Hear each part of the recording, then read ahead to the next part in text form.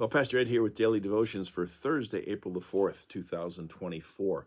So we're talking about those later endings, the shorter ending, the longer ending that were added on, presumably, to Mark's gospel. I spoke briefly yesterday and briefly talked about the shorter ending that, again, if it even appears in your Bibles, probably does.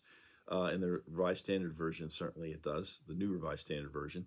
It doesn't even merit verse numbers because it only comes out of a minimal number of manuscripts, most of which, I was confused yesterday a little bit, but most of which come out of Egypt. And again, a minimal amount of manuscripts. And so when scholars view this, as I said briefly yesterday, that, this was all copied, by typically by monks, word by word, line by line, and they made mistakes quite often. And some manuscripts are of higher quality. It's also the older they are, they're probably more reliable. That's sort of a common sense, sort of logic kind of a thing. So the fact that the shorter ending only has a few manuscripts and that they come from a little bit later on, they come from Egypt in particular, means that they kind of get discounted, and it doesn't really ring true. But then you have the longer ending. And so I don't know if you had a chance to do this, but if you look at what's said, I'm not going to reread it again, but in the longer ending, those first couple of verses, Mark 16, 9 through 11, Jesus appears to Mary Magdalene in particular, and we're told that she was healed from possession by 7 demons. Sounds a lot like Luke 8, where that is mentioned. She then tells the other disciples what she saw, but no one believes her. Sounds a lot like John 20, John's version of Mary going to the tomb, then running to tell Peter and the disciple whom Jesus loved.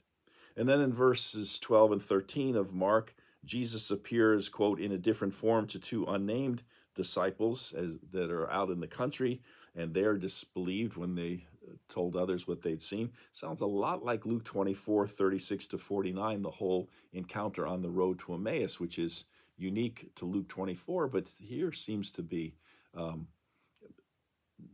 reminiscent of that. Mark 14 through 16, verses 14 through 16, then Jesus appears at dinner to the remaining disciples. Again, sounds a lot like John 20, but he tells them to proclaim the good news to all creation. Sounds a lot like Matthew 28, 16 through 20, the Great Commission. And then there's a few verses where Jesus is going to speak in new tongues, and there's a thing about the handling the snakes and all that. That seems to be unique to this.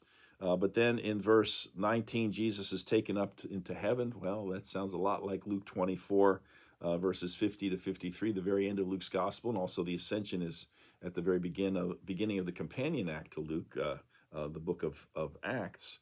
And so then you have the idea of so it kind of makes sense then. Think about it. It makes sense that if I'm a scribe and I'm copying it, and I'm just not comfortable with that, maybe I'm familiar with the others, because again, this is centuries later. Oh, Mark, I'm going to add this part here and add that part there. The other interesting thing with this is that the earliest complete manuscripts of Mark, Codex, they're called Codex Sinaiticus and Vaticanus, that come out of the 4th century, do not contain verses 9 through 20, which I think is significant. They end at verse 8 with the shortest, most abrupt ending. Again, they're from the 4th century. The versions that include verses 9 through 20, at least as they're indicated in our Bibles, they come from manuscripts from the 5th century and beyond, which is sort of interesting. So clearly what we have here is that, and the point I've been trying to make for the last couple of days, is that short ending was just really kind of tough to take. Why would it? Was it an accident? Was there some other reason? Was it intentional? I'm going to talk about that tomorrow. But for now, the idea is that, they probably tacked on. The shorter ending just doesn't make any sense at all. The longer ending sounds so much like what we hear in Matthew and Luke and John. It almost is certainly intentionally added on to to fill out Mark, because it just ends so abruptly, without any other explanation. We're going to explore why possibly that was uh, tomorrow. I gave a little bit of a hint at that in my sermon on Sunday. Um, but we'll look at it more. Whether was it intentional, was it unintentional, and what about this idea that the lost ending that doesn't, that we don't even have any example of? So we'll talk about that tomorrow.